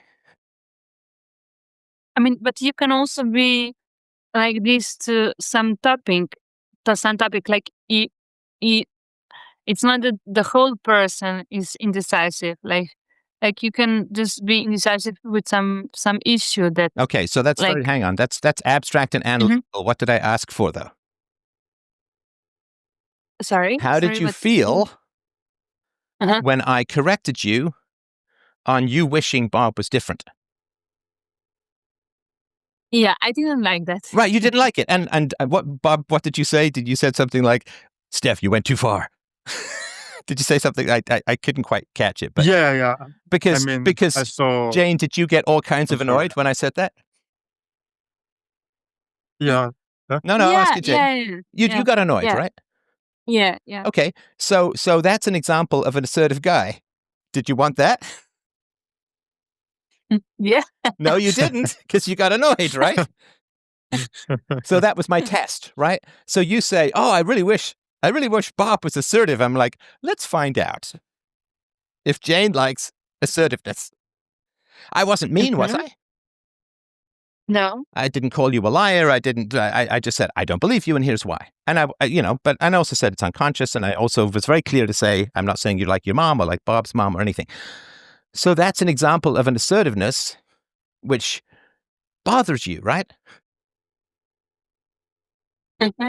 So that's one of the reasons you chose Bob. And I'm not saying he never does that, right? Obviously, I don't have a monopoly on this stuff. But one of the main reasons you chose Bob is Bob doesn't do that as much, right? Yeah. Because that's what you're used to. That's how you grew up. That's what Bob's used to. And that's how he grew up, right? Mm-hmm. And that's the natural state. There's nothing wrong with any of this. We just need to be aware of it. It's natural for us to copy our parents. Because our parents, by definition, are sexually successful, and therefore they're our template for how to reproduce. So we copy our parents. That's what works, and that's how we evolved, and that's what was available in the tribe. So I'm not criticizing anyone here, but I got this wave of chilly female breath coming out of you when I was being sort of more assertive and say what I didn't believe and why. And the reason why you chose Bob, and I'm not saying it's the only reason, but one important reason why you chose Bob is he was never going to bother your mother. He was never going to say, if your mother said something foolish or wrong, which we all do, right? Bob wasn't going to say, no, sorry, I don't believe you. I don't believe you. And I also don't like the way you're treating my wife. And let me tell you why. I mean, what would that do to your parents if Bob did something like that? Well, they would just stop with what they were saying and they would respect it. I massively doubt that. I'm sorry to do this again. I really am. I massively doubt that. If your mother welcomed male assertiveness, she wouldn't have married and dominated your father. Yeah. Well, I think that they I would be still at home. They would be like, no, they don't know what they're doing. But now, when we are not living at home anymore, they are just like, okay, yeah, whatever you say, let's have a good relationship. So I guess it depends on when you would ask them. No, but part of assertiveness is not letting go, right? So if you say, I wish Bob was more assertive, and I say, I don't believe you, and then you say, oh, forget it, drop the topic, let's just continue the conversation, I would say, no. You don't get to tell me what I do and don't talk about in a conversation. I don't get to tell you either. We have a conversation, which means not policing what the other person says. So so Bob, give me an example of when you saw Jane's mother treat her in a negative way.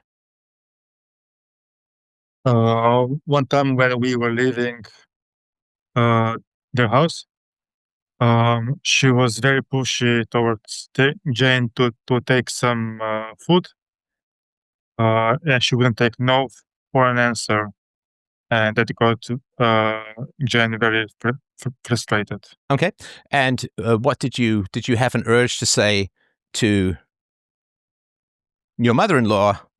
No, she said no. Please respect my wife's wishes. She's very clearly said no. We don't want the food. We appreciate the offer, but it's a no.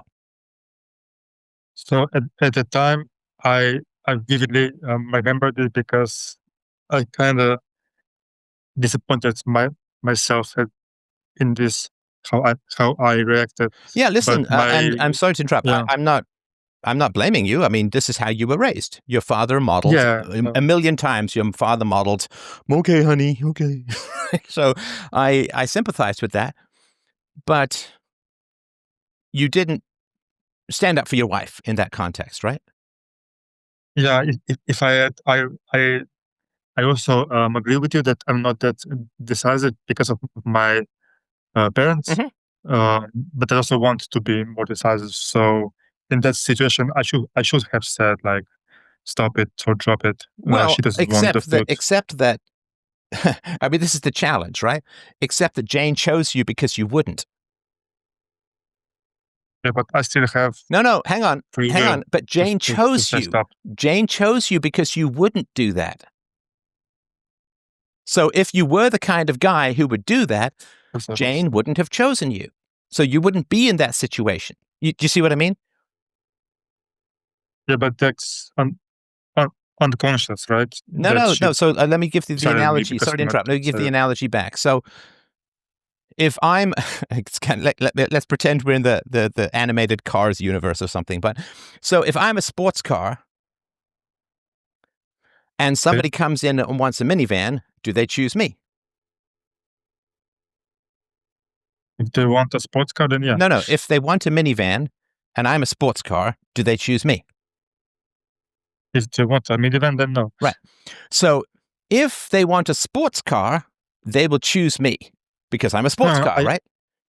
Hang on. Let me finish this. So okay, sure. If I'm a sports car, somebody comes in to the dealership and they want a sports car. If I'm a sports car, they will choose me, right? Yeah. Now, does it make any sense for me to say, when I get home and I've been driven around for 2.5 years, to say, I wish I was a minivan? Well, no, because if you were a minivan, you wouldn't have been picked or chosen. You wouldn't be there. You wouldn't be driven around by that guy because he wants a sports car. So there's no point saying, I wish I was a minivan. And there's also no point for the guy who chose a sports car to say, I wish the sports car was a minivan. And that's why I was pushing back against Jane saying, I wish that Bob was more assertive. Because if he had been assertive, you would have found him annoying in the same way that you found me annoying when I was assertive, right? I would say I also believe Jane in a way that this 50-50 also negatively influences her, and this is one of the reasons why she wants me to decide. But no, but she's making it impossible to decide.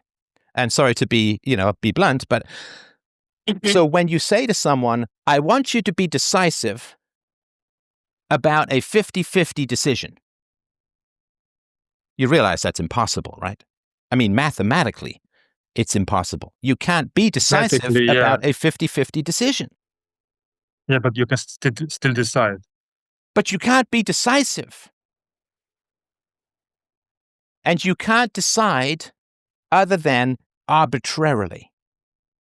Yeah. Randomly. You might as well just flip a coin. Now, do you guys want to make a decision about the entire future of your relationship and possibly your life and your lineage based upon a coin flip? No. So, the reason that you're avoiding information is you want to avoid the decision. And you're both avoiding the information. And Jane, I would put this a little bit more on you because it's your issue and you know the most about this ailment, right? Mm-hmm. So you are avoiding information that would give Bob the chance to make a decision, and then you're complaining that he's indecisive. And you're saying to Bob, I want you to be decisive about 50-50. But he can't. Because if it becomes 70-30 having children, then you are obligated to have children, or at least pursue that, right? If it is 70-30, I don't want children, then if he wants children, he'll probably date someone else, right? So putting it on 50-50 is kind of paralyzing him. Now, the only reason you're able to do that is he grew up with a father who was a simp or a cuck or whatever you want to call it, somebody who just like, well, whatever my happy wife, happy life, whatever my wife wants, and so I think that's where the paralysis is, if that makes sense. Well, yeah, sure. And then you took him to a therapist, and what did the therapist say?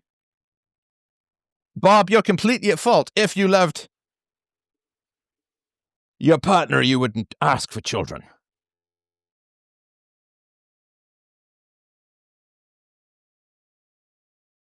Because if you had gone to someone who might have a more even-handed approach, like, understand, I'm not saying either of you are wrong or bad or anything like that. I'm just looking at the machinery or the mechanics of the conflict, if that makes sense. Mm-hmm. So I think that the challenge is not about the kids or not, and it's not fundamentally about whether you get the right numbers from the geneticists or anything like that. I think that the fundamental issue is honesty and directness in what you need and want. So to be assertive on the part of Bob would be, don't give me 50-50. Nothing in life is 50-50. That's not possible. That's an unconscious manipulation to have Bob not make the decision. And so if I were to look at this, and I don't know if this is true, but if I were to look at this at a purely mechanical way, in a purely transactional way, I would say something like this, that Jane, you want to be with Bob, but you're terrified to have children, which I completely sympathize. Hey, Bob seems great. And children is scary for this. I mean, they're scary sometimes as a whole, but particularly with these genetic issues. So you want to be with Bob, and you're terrified of having children. So what is the best way to get what you want? Well, the best way to get what you want is to have Bob not make a decision. Because then you avoid either losing Bob or having children. And so you chose a guy who wasn't going to be assertive and fight relatively hard for what he wants and needs. You chose him for that. And then maybe you kind of blame him for it, which is not particularly nice, but I think that just comes from a lack of self-knowledge, which, again, I sympathize with and understand. This is all, I guess, fairly advanced stuff. So I think that you are avoiding either the anxiety of losing Bob, which might be it for you marrying a quality guy, maybe. It could be your fear. Or deciding to have children, which is also very scary. For reasons, again, I completely understand and sympathize with. But I think that you are keeping things undecided in the hopes that Bob will continue on with you until he's so pair bonded, or you can't have children anymore, and then you just stay together. And I think that way you avoid the data that would help him make a better decision. And I think, Bob, because you're used to deferring to women, you're going along with that rather than saying, no, I need to be responsible to my balls. Like, I need to be responsible to my sperm, my reproduction. I need to get the facts so that I can make an informed decision. But instead, Jane is, sorry, there aren't any other she's in the conversation, but Jane is avoiding this information in the hopes of continuing with the relationship without you making a clear decision, and you're following along with that rather than be assertive because that's what you saw your father do with your mother. Does that make sense? For me or for Jane? Well, I mean, there's three of us here, so let's say both of you. Yeah. For me, it makes sense. But I always have in my mind that it's not just what your parents did and that then you just clone them, but that you can also make decisions on your own. And then says in this sense, I think I should be I should be better in the sense that like ask for these tests or anything.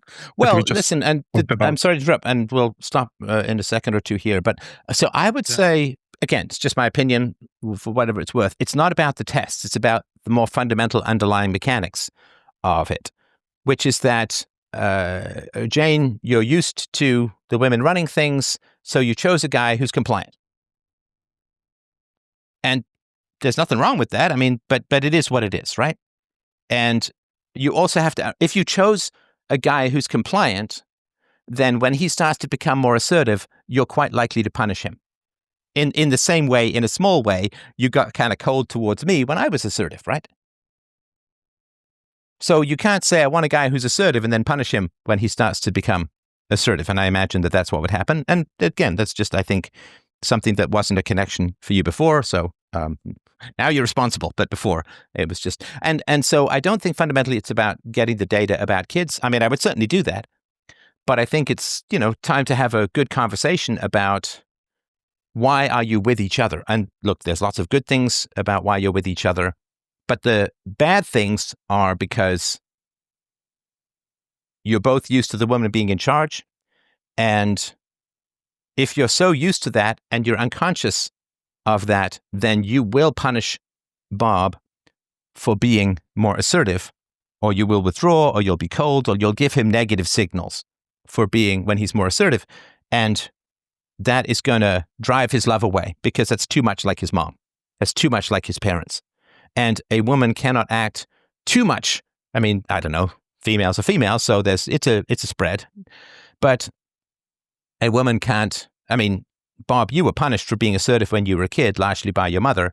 And if there's any whiff of that in your current relationship, it will cause great harm and so on. And also for Bob, complying with Jane because you want to be nice or not cause trouble or, love her more or whatever, that's not good either, because that's being like her father to her, because her father didn't say much to her mother in terms of being assertive. And so if there are echoes of each other's parents in the relationship, it generally does not go well. So I think that's the conversation I would have, but that's of course just my opinion.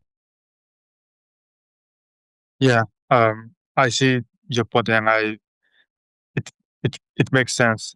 Can I ask? I know you have to go, but can I just ask? Since I have this knowledge about me and my upbringing, just there, and I want to be more assertive as a man. What to like? Would I just try to be more of that, or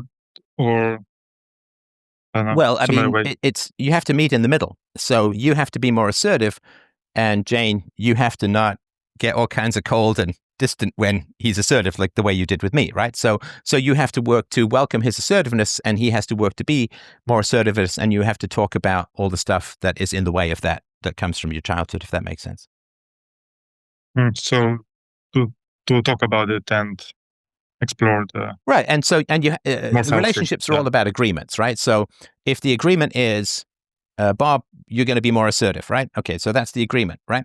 So then you say, okay, so if you chose me for being not assertive, and now I'm going to be more assertive, it's going to bother you. So what do we do, Jane, when it bothers you? Well, you can say, well, I know we wanted you to be more assertive, but this is really bothering me. And then you have a conversation about that. But you don't just act it out and punish him or withdraw or get cold or something like that. But you have an agreement, right? So knowing that, Bob, if you try to be more assertive, or when you are more assertive, it's going to bother Jane at times, not always, but it's going to bother Jane at times. And she's going to want to punish you because that's what she saw her mother doing. And that's what you, Bob, saw your mother doing when the males were more assertive. And so you just have to have an agreement and say, okay, well, so knowing that when I'm more assertive, you're going to try to punish me unconsciously or whatever, then don't do that. Or if I catch you on it, say, well, I was more assertive and now you're kind of cold to me. That's kind of punishing me, which we were going to try and avoid. And so you just have to have agreements, knowing that it's going to cause problems when you become more assertive. How are you going to deal with those problems? Well, you're not going to deal with them by being cold or storming out or slamming cupboard doors. I'm not saying you do any of that, but whatever might be the sort of punishment or the negative. And just say, well, I'm not, if you're going to be more assertive, Bob, I'm not going to punish you for it. Or if I am punishing you for it, automatically you're going to call me out on it and I'm going to try and work on that. Does that make sense? Yeah, it makes sense. Thanks. Good. All right. Well, listen, guys, I hope it was a useful chat. I really appreciate your time and your openness. This is not a small issue. Neither is it an issue that you guys alone are dealing with. A lot of people are dealing with these kinds of issues. So I really do appreciate your honesty and directness, and I really thank you for your time. And I really thank you for your time and 1 hour 15 that we went over your time. No So, sweat. Listen, yeah. and just keep me posted. Even if we never talk again, just drop me a line or something. Let me know how Sure. things are going. All right. Okay. Thanks, Thank guys. you very much. All the best. Thank you. Bye-bye. Thank you. All the best. Bye.